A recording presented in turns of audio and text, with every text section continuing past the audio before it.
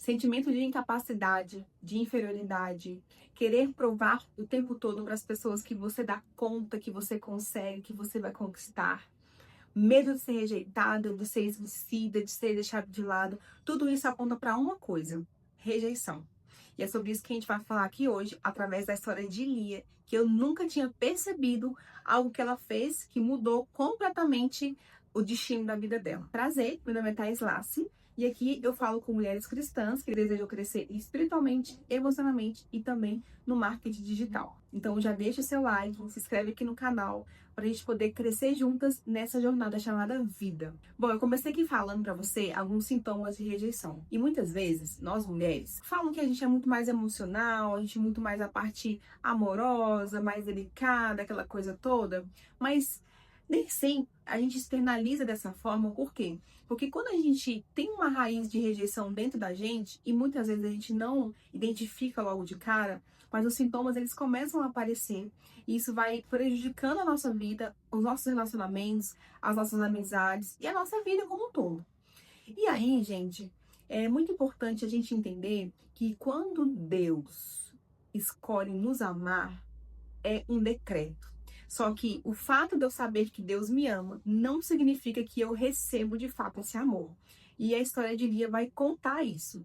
Então, só vou fazer um plano de fundo aqui para você lembrar, né, quem foi Lia na Bíblia. Lia foi a esposa de Jacó, a primeira esposa de Jacó, ela era irmã de Raquel, e o pai delas era Labão. Só que Jacó, ele fez um acordo para casar com Raquel. E quando foi o dia do casamento, Labão entregou Lia, né, para Jacó. Jacó ficou bravo, se sentiu enganado e tudo mais. De fato, ele foi enganado, né? Aí fez um novo acordo com Labão. E aí trabalhou por mais 7 anos, enfim, casou com Raquel e tudo mais. E a Bíblia deixa muito claro que Jacó amava Raquel. E Lia não tinha esse amor. Porque, na verdade, o acordo, quem realmente Jacó queria se casar era com Raquel, não era com Lia. Então a história de Lia já começa com uma rejeição assim, ó, escancarada. Ela não tinha o amor do homem da vida dela, do marido dela. Agora imagina que dor é para uma mulher que se casou e não recebe, não tem esse amor do marido dela. Só que ela não tinha o amor do esposo, mas ela tinha o amor de Deus, que era o primeiro amor que ela precisava realmente se apegar. Muitas vezes eu comecei falando que o fato de você saber que Deus te ama não significa que você vive como uma filha amada. Isso é muito verdade, gente. Às vezes a gente se coloca em situações do não merecimento do amor de Deus, como se o amor de Deus fosse condicional a alguma coisa. Em todo tempo, Lia, ela buscava a validação. E você quer saber se você realmente está carregando algum resquício, alguma raiz de rejeição? Se você busca o tempo todo ser validada, assistida, aplaudida, contemplada pelas pessoas. O ser humano já carece disso, mas quando isso é exagerado ao ponto de você se esforçar demais para você ser vista, pode ter certeza que o excesso está escondendo uma falta aí, está escondendo alguma coisa, e é a rejeição. É o que Lia fazia o tempo todo. Todas as vezes que Lia engravidava, ela colocava nomes de acordo com a dor dela. Olha como isso é forte. Ela dava sentenças com base na sua dor. Isso é muito perigoso. Quantas vezes a gente dá sentenças para as nossas vidas, coloca decretos das nossas vidas baseado numa circunstância de dor que a gente está vivendo pela falta de alguma coisa, quando na verdade isso pode ser passageiro. E muitas vezes é passageiro. Eu até anotei aqui o significado dos 3 filhos, dos filhos de Lia, para você ver que realmente tudo que ela vivia, ela externalizou e decretou na vida dos filhos dela. Então, o primeiro filho dela foi Ruben. Ruben significa: o Senhor viu a minha humilhação, agora meu marido vai me amar. Olha que forte. O segundo, Simeão. O Senhor viu que meu marido me despreza e me deu mais um filho. E o terceiro foi Levi. Agora, finalmente, 3 filhos e o meu marido então vai me amar. Sabe o que eu entendi nessa parte? O Deus de Lia, até aquele momento, era a sua dor e o seu marido.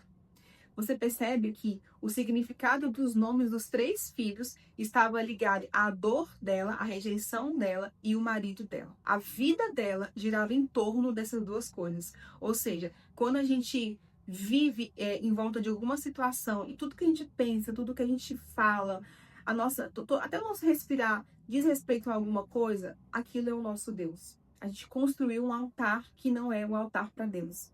Então, a vida de Lia até aquele terceiro filho foi em volta da dor, da rejeição e do marido dela. E deixa eu abrir um parênteses aqui. A Bíblia vai contar que Labão não foi um bom pai para elas. Então, às vezes, você não teve a presença do seu pai. Ele não foi um pai presente. Porque o papel do pai é liberar destino, é fortalecer a identidade, a autoimagem, a força, a melhor parte do filho. É liberar ali o destino, o caminho profético do filho ou da filha. E quando você não tem isso do seu pai, você automaticamente, ali no subconsciente, você recebeu uma rejeição, ficou marcado em você uma rejeição, e logo você vai buscar essa falta em outras pessoas. No caso de Lia, ela buscava o amor que ela não teve do pai dela, e ela depositou em quem? Em Jacó. Então, o amor do pai que ela não teve, ela queria receber de Jacó. E ela nunca recebeu, e nem ia receber. Mesmo que Jacó amasse Lia, imagine que a pessoa amada não fosse Raquel, mas fosse Lia, o amor que ela desejava receber não ia ser compatível com o amor de pai e filha, e sim de marido e esposo para com a esposa. E às vezes você está depositando em pessoas expectativas que não vão ser alcançadas, porque a lacuna que ficou de uma paternidade que não foi realmente bem estabelecida na sua vida, por N motivos, só vai ser preenchida com a figura de Deus Pai. E aqui foi a virada de chave na vida de Lia que eu nunca tinha me tentado, que o louvor encerrou o ciclo da dor. Ela teve essa virada de chave na vida dela. E o significado do quarto filho dela foi justamente quando ela deu fim ao ciclo da dor. E foi a partir de Judá que isso aconteceu. Judá significa louvor ao Senhor. Agora eu vou louvar ao Senhor. Ou seja, Lia reconheceu que o Deus dela era até então a sua dor e o seu marido. Mas quando ela falou assim para ela mesma, agora eu vou louvar ao Senhor. O meu louvor é do Senhor. Naquele momento, ela teve a sua identidade restaurada. Ela entendeu que ela, antes de qualquer amor terreno, ela tinha o amor de Deus Pai. O louvor sincero, o perfeito louvor, ele tem poder de mudar decretos. Ele dá fim a ciclos de sofrimento, de dor, de rejeição, para que Deus possa intervir e mudar o destino final. Porque quando você dá um passo de fé, você louva o Senhor, decidida a mudar, encerrar esse ciclo em você, Deus muda o seu destino final. Até Levi, ela ficava ali brigando, né, com a irmã dela, que ela tinha filhos e vivia uma briga, né, uma disputa ali. E quando você não sabe a sua identidade, não tem essa certeza, essa convicção, tudo vira disputa para você. Você olha ali as mulheres como ameaça, você passa a ter briga, rixa, independente se é sua irmã, se é sua tia, se é sua amiga, você tem dentro de você uma lacuna que qualquer coisa vai ser preenchido. Isso é muito ruim, por quê? Porque quando uma mulher ela não sabe e não vive como uma mulher amada, e quando eu falo amada, é amada por Deus em primeiro lugar, qualquer coisa para ela vira uma ameaça. Ela fica uma mulher fragilizada nas suas emoções, em todas as situações ela fica desequilibrada. E quando você muda a sua postura, como Lia mudou, ela pôs fim a esse ciclo de rejeição, de sofrimento.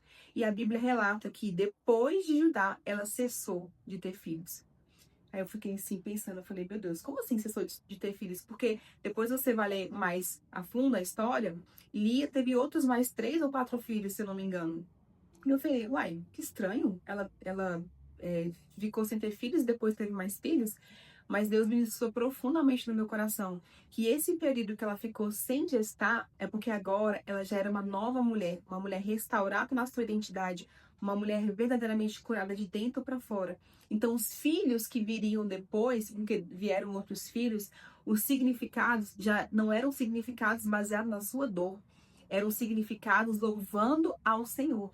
Ou seja, ela deixou de ter o Deus da dor, da rejeição e do marido, e apontou e colocou no lugar o Deus, o único que é digno de todo louvor. Então, enquanto a nossa dor for a nossa mensagem, enquanto a nossa dor for for o motivo pelo qual eu sou assim, eu reajo assim, porque eu passei por isso, Deus, ele não muda o destino da sua história. Ele só muda quando você decide louvar a Deus e colocar ele como o Senhor da sua vida.